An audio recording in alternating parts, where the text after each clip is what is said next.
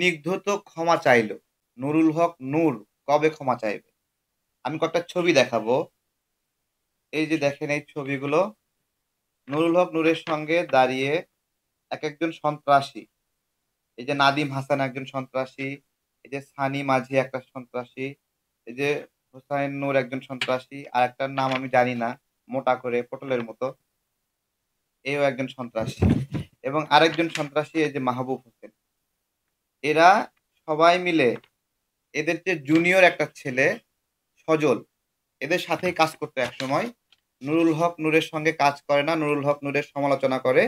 এইজন্য সজলের উপর হামলা করে এবং সজলকে একটা ভিড়ের মধ্যে মানে মোবাইল চোর বানায়। মোবাইল চোর বানায়ে তাকে পিটায়ে, পিটায়ে আধা মরা করে। এই যে চ্যানেল আইয়ে নিউজ হয়েছিল, আমি একটু দেখাচ্ছি। হ্যাঁ, হ্যাঁ। না, না আমি এখানে দেখায় দেই। দেখেন ওটাও সমস্যা নাই। চ্যানেল আইয়ে নিউজ হয়েছিল। এই যে নাদিম হাসান মারছে। এই যে মা মা এই যে দেখেন মারছে। নূর হোসেন মারছে, সানি মাঝি মারছে, আর সৈয়দ মাহবুবুর রহমান এরা সবাই নুরুল হক নূরের যুব অধিকার পরিষদের নেতাকর্মী। মারতে, মারতে একই অবস্থা। সানি মাঝি সজলের চুল ধরে ঝাঁকাচ্ছে, চুল ছিঁড়ে ফেলবে এরকম একটা অবস্থা। এবং সজল এরপরে চুল কেটে ফেলে দেয়। যে চুল ধরে মানুষ ঝাঁকায়, চুলই কেটে ফেলে দিচ্ছে। এবং এই যে কয়েকদিন আগে নুরুল হক নূরের পাশে এই সন্ত্রাসীরাই বসে আছে দেখেন। দেখেন এরা সজল ওদের মানে ছোট ভাই। সজল ছিল ওরা হলো যুব অধিকারের, সজল ছিল ছাত্র অধিকারের। নূরের সাথে আর কাজ করবে না। ইসরায়েলের সম্পৃক্ততার পরে ওই সময় আমরা আলাদা হয়ে যাই। বিভিন্ন অর্থনৈতিক বিষয় রয়েছে সেগুলো নিয়ে আমরা আলাদা হয়ে যাই। এখন আলাদা হয়ে যাওয়ার পরে স্বভাবতই ওরা আমাদেরকে সামাজিক যোগাযোগ মাধ্যমে বিভিন্নভাবে কটাক্ষ করে। আমরাও পাল্টা যুক্তি দেই। এইরকম যুক্তি চলছে। কিন্তু পরপর আমার উপরে যে হামলা করেছিল এই যে আরেকজন সন্ত্রাসী, ওর নাম হলো মঞ্জুর। কয়েকদিন আগে বিয়ে করছে ছেলেটা। ও আমাকে রাস্তায় ফেলে লাথি মেরেছিল। হ্যাঁ? এই যে এখানে আল রাজি কমপ্লেক্সের সামনে। এগুলো দিয়ে এগুলা মারামারি করেছে। আমি দেখালাম। দেখেন, আপনারা তো স্নিগ্ধ ক্ষমা চাইলো, তাই না? স্নিগ্ধ ক্ষমা চাইলো, সবাই ভিডিও দেখলেন, ভিডিও প্রচার হলো। কিন্তু এই যে নূরের সংগঠনের ছেলেপেলে যে এই যেভাবে একটা ছোট ছাত্র নেতাকে মারলো, এই ছাত্রনেতা কে জানেন? এ হলো মোদি বিরোধী আন্দোলনে বন্দী হয়েছিল। ১ বছরের উপরে জেলে ছিল।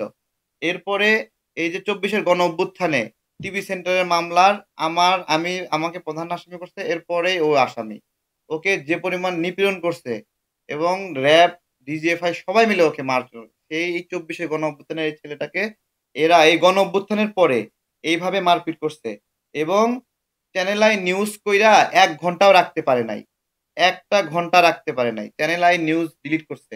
নূরের ভয়ে চ্যানেল আই নিউজ ডিলিট করে দিছে। কোন গণমাধ্যম এই নিউজ রাখতে পারে নাই। কেউ রাখতে পারে নাই। ঠিক আছে? তো ওইখানে দেখলাম রাশেদ খান হলো পুলিশকে যেয়ে ধমক দিচ্ছে। হ্যাঁ? তাকে গুরুত্ব দিচ্ছে না, মূল্য দিচ্ছে না, ধমক দিচ্ছে। তো আমার বিষয় হলো যে রাশেদ খান আজকে যে পুলিশের কাছে যাই বিচার চাচ্ছে, যেদিন নাদিম হাসান, ওই যে নূরের কর্মী নাদিম, ওই যে পটল মাহবুব, সানি মাঝি, তারপরে হলো হোসাইন নূর, এই সন্ত্রাসীরা যেদিন একটা ছোট বাচ্চা ছেলেকে মারতেছিল, ঐদিন আমরা রমনা থানায় অভিযোগ করতে গেছিলাম। সেইদিন এই রাশেদ খান, এই যে নুরুল হক নূর তারা মামলা করতে দেয়নি। ঠিক আছে? ফারুক হাসানকে বলব যে ফারুক হাসান আমাদের এখান থেকে চলে গেছে। সে আমাদের ভারতের আগ্রাসন বিরোধী লড়াইয়ের যে টিম, এটাকে বিলুপ্ত করার একটা চেষ্টা করেছিল। ঠিক আছে? সে আমাদের সাথে কাজ নাই করতে পারে কিন্তু বিলুপ্ত যে আমাদের গণ অধিকার পরিষদ আর নাই। এরকম একটা চেষ্টা করছে। ভারতের আগ্রাসন বিরোধী টিম বিলুপ্ত হয়ে গেছে।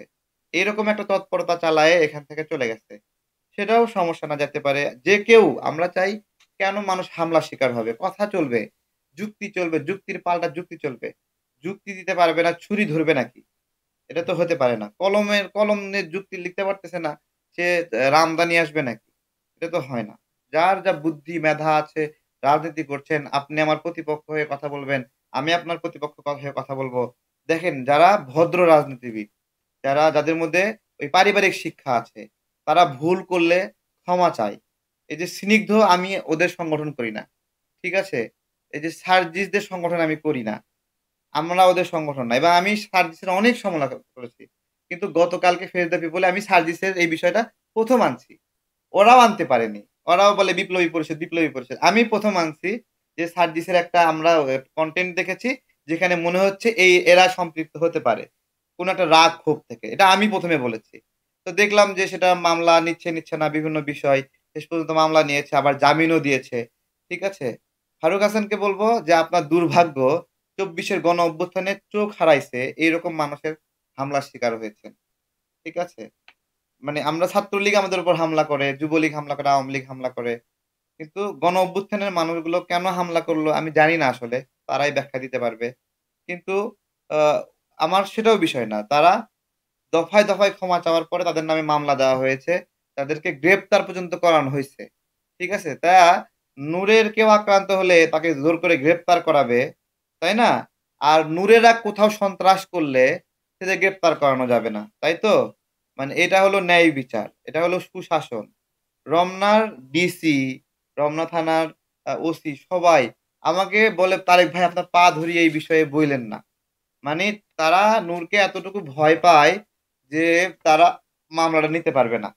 কতটা অসহায় অবস্থায় সজল ২৪ এর গণ-অভ্যুত্থানে যদি ৫ টা ছেলেকে যদি দেখানো যায় যে এরা সবচেয়ে বেশি নিপীড়িত এবং মোদী বিরোধী আন্দোলন, ভারতের আগ্রাসন বিরোধী তার মধ্যে সজলের নাম ১ নাম্বারে থাকবে।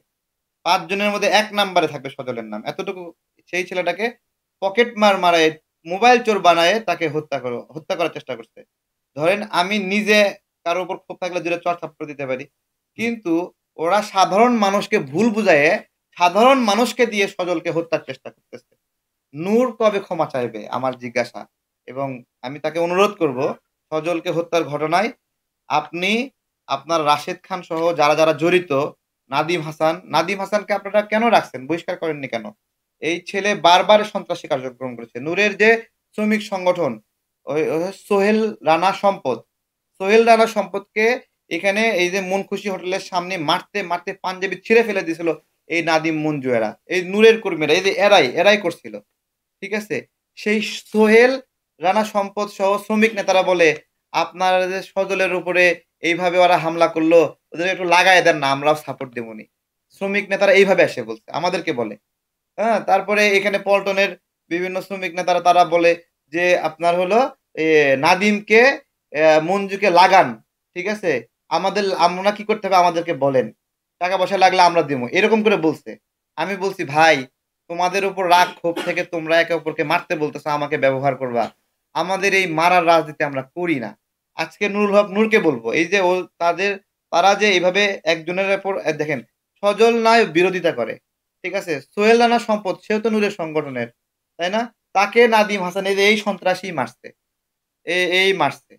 এসব সন্ত্রাসী দেখি ইসলামী আন্দোলনের প্রোগ্রামে গিয়ে বক্তব্য দেয়। বিভিন্ন সংগঠনে গিয়ে বক্তব্য দেয়। আরো অনেক বড়, বড় সংগঠন বক্তব্য দিচ্ছে। সব সংগঠনে দাওয়াত দেয়। ঠিক আছে? মঞ্চে হত্যার চেষ্টা করছে একটা গণ-অভ্যুত্থানের একটা সন্তানকে। তাকে হত্যার চেষ্টা করলো এই নাদিম, এই যে এরা মঞ্জুরা, নূর হোসেন, এর মাহবুবুর রহমানরা, সানি মাজোয়ার। চুল টেনে, টেনে ছিঁড়ে ফেলবে। কার চুল তোরা ছিঁড়তেছস? এই গণ-অভ্যুত্থানে অবদান রাখা একজন বিজিবিকে আত্মসমর্পণ করাইছিলাম আমি। আমার সাথে ছিল এই সজল। টিভি সেন্টারে পুলিশ জায়গা নিয়েছিল। আমরা গিয়ে উচ্ছেদ করছিলাম। আমরা কি টিভি সেন্টার, কি রামপুরা, বাড্ডা, মোহাম্মদপুর, আমরা কোন জায়গায় আমরা আমার সাথে সজল ছিল না। সেই সজলকে হত্যার চেষ্টা করেছে। তো নূর ক্ষমা চাইবে কবে? নূরকে আমি জিজ্ঞাসা করছি। নূরের কি ক্ষমা চাওয়া উচিত? আপনারা বলেন।